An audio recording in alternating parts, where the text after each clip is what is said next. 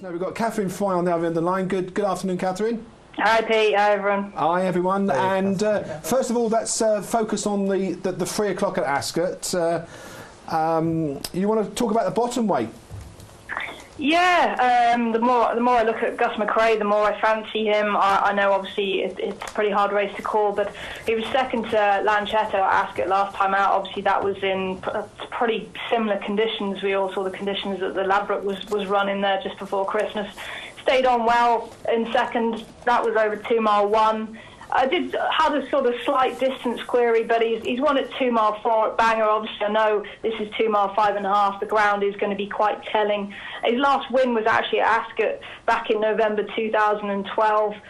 He was off a mark of 128 there. He's now on 127. The horse jumps well. He's on an absolute featherweight of 10.4. Patrick Corbett, a very able pilot. He takes off £5.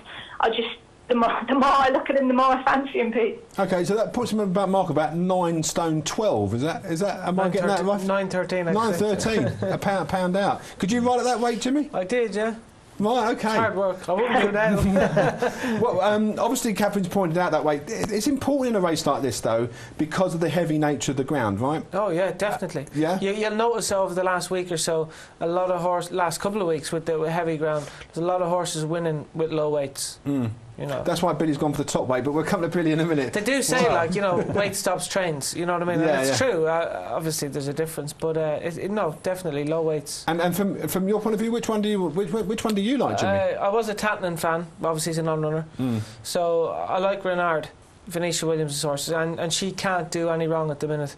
Her horses are flying, heavy ground. They all seem to love heavy. You know, the worse the conditions, the better her horses run. So he's won his last twice. He bolted up by 12 lengths last time. I'm going for Renard. I mean, she's also got a terrific record this season at Ascot. I think it's something like 5 out of 12. Yeah. Old Zobo won there a couple of weeks ago as well. Yeah, she's had plenty of success this season so far. Last week at Warwick, I tipped one of her horses that won as well. And you can't look away from her. Declan, you're looking away from her. Yeah, the thing I'd worry about with Renard is just all his form is at Chepstow, all his good form, he's going up in the handicap. He'll have no ground worries, and the trip should be fine. But obviously, back at Ascot today, he's going the other way around. He loves Chepstow. It's as simple as that. The two I came down were Grandioso and What a Warrior, and I at the prices I plumbed for a Grandioso. Has a touch of class. Harry Derham rides for Paul Nicholls, takes 5 off his back. What happened there last time? Because he pulled up at Cheltenham, right? He's a far better horse going right-handed. You look at all his form. It's at Kempton, it's at Wincanton, it's at Ludlow. All these right-handed tracks, he jumps out to his right, and obviously you're not going to get away with that in a competitive race. The only thing about him is the ground. You'd have to worry about the ground with him. Before I go to the pro gambler, can I just ask Jimmy one question? Yeah. Jumping around Ludlow and Wincanton compared to jumping around Ascot, are we talking really stiff fences at Ascot? Compared to Ludlow? It's not so much the fences. Ludlow fences, they've always had a name of having dandy brushes. They're tiny. If you have a horse that's not very big or doesn't jump well, go to Ludlow. But it's not so much the fences; it's the track. Ascot's a very stiff track. Wincanton, Ludlow, they're both flat. They're totally different like that. So it's not just the jumping; it's the way the tracks ride. Go on, Billy. Sorry, you can interrupt me as much as you want. Yeah, no, I wouldn't disagree with Jimmy. He'd know better than me. But I tried to find the link between weight carried and soft and heavy ground a few years ago, and I couldn't find one. So I'm actually going with the top weight, Big Fella Thanks, who I think he's a 12-year-old. He's come to the end of his career. Tom George has said he's not going to go to Aintree anymore. He's running about last 3 Grand Nationals. Four Grand Nationals. He was 7th in the National 2 years ago. He looked as he was cantering. He looked like he was going to win, and just never got home. Stamina ebbed out. But this is 2 miles 5.5. It's a perfect distance. And I just think Tom has found the right race for this horse. This might be his last race if he wins it. I think he's not wonderfully well handicapped, but they've booked a £5 claimer. They take £5 off his back. He'll be fine with a heavy going. He's giving weight to lesser horses. I think he's a cracking bet. Do you know anything about him? One second, Cathryn. You've heard the panel. 11 stone 12 for a 12-year-old. I mean, sort of for years, I think it was either Declan or Jimmy just said that, you know, for years he just went so well in the national, and just before his stamina ran out. I do agree with Billy that this is a perfect trip for him. We saw him win at Wincanton, I believe, last season over 2 mile 5. Obviously, the ground's going to come into play. I mean, look, I don't think Colin takes the £5 off, but I honestly wouldn't swap Gus McRae for any of them. I've been waiting for this fella to pop up for a while, and I just think if he is, then it's going to be today off that absolute featherweight. I've been waiting for fellas to pop up for a while, but there you go. I would say in support of Cathryn, I have also had a little on Gus McRae, because I do think he's a danger, and he has got a featherweight, and I'm topping and tailing, I think you call it. Top weight, bottom weight. Top and bottom. But Jimmy, you were going to... There's one thing I'd say about big fella, thanks. Too much weight like me. No. Paddy Brennan is riding in the 115 at Ascot, and then he's hightailing at Haydock to ride one in the last. So I think if he thought that big fella Tanks was a certainty, or he thought he had a good chance, he'd stay there rather than go to Haydock to ride a promising young horse. But he's got that look in his face. I didn't notice that kind of look. I can't say his name, but the young jockey here has got a record of 1 from 29 for the yard. Assistant for Tom George as well. Oh, okay.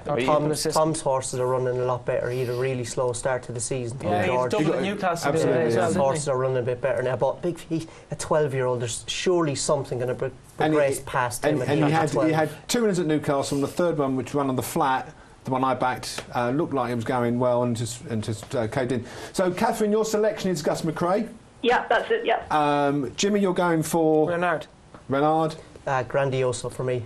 And big fella, thanks. OK, well, I'm going with the ex-jockey, because I think Venetia Williams, terrific record. I don't think Renard is handicapped out of it, and I think maybe one more win, then it might not win the game. But we'll move on to the I'm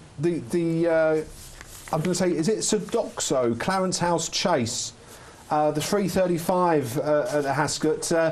I think we agree on this, but we obviously heard from the trainer in relation to Sir de Grugy, but let's talk about Summersby. Cathryn. Yeah, I mean, you can't fault Sir de Grugy at all, and I did just catch the beginning of the Gary Moore thing there, and obviously, look, you are talking about the second best 2-miler in the country.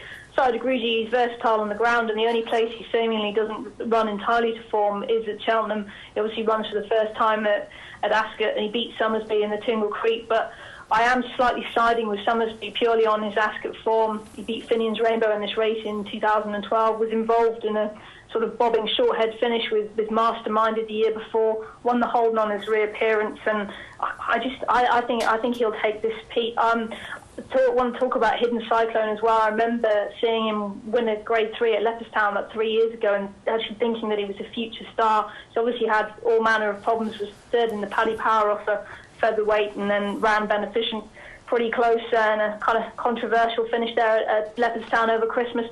He's still a horse that I'm very interested in, but just to really sum the race up, I would definitely side with Summersby, and obviously with recent events and the sad passing of Terry Biddlecombe, it would just be a fantastic result for all involved today. And those sentiments, obviously the panel here for connections, we hope that the horse runs really well, and you know it will put the roof off if it actually won. In relation to Hidden Cyclone, you said that controversial. Do you think that Beneficent was lucky to keep the race in that regard, or do you just think he didn't get quite the run of the race? No. When I say controversial, I mean, I know that obviously Shark Hanlon was pretty aggrieved by it and felt that it did cost him the race, and obviously went to appeal and he lost.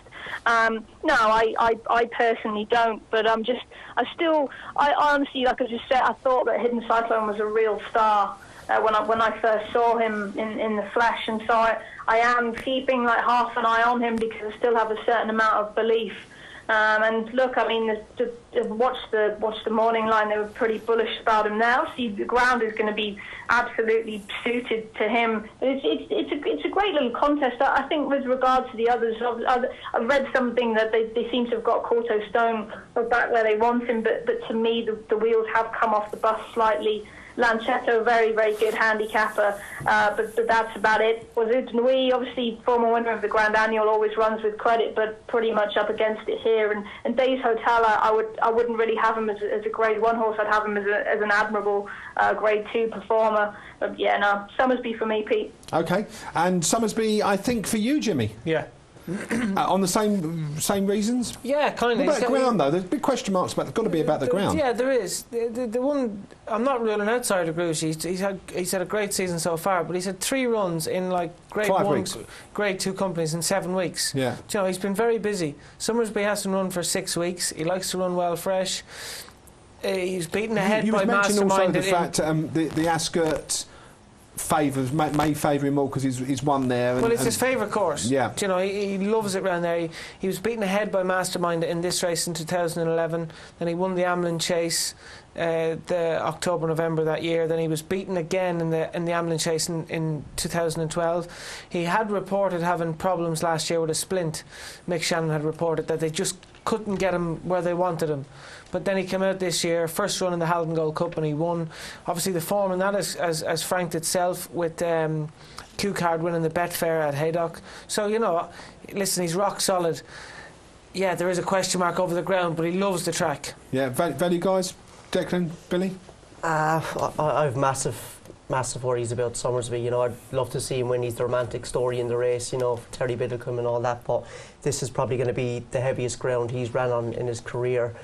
Sire de Grugy won't have any problems with the ground. He comfortably held him in the Tingle Creek. Summersby's jumping that day wasn't great either, so I'd have worries about his jumping out of that ground as well.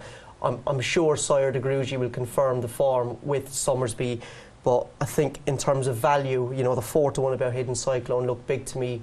Shark Hanlon last 18 months ago had a terrible virus in his yard. He's got things back again. This horse is running well. He's keen. You can see him in his races. He wants to go forward. He's jumping well. So I just think Hidden Cyclone is the value in the race. But Sire de Grugy, look, he's obviously the one to beat. Do you think he was unlucky the last day to lose the appeal? No, I wouldn't say unlucky. I think Beneficent was the right winner. I think it's race riding, you know, and it's little stuff like that that's got Brian Cooper the job now, you know.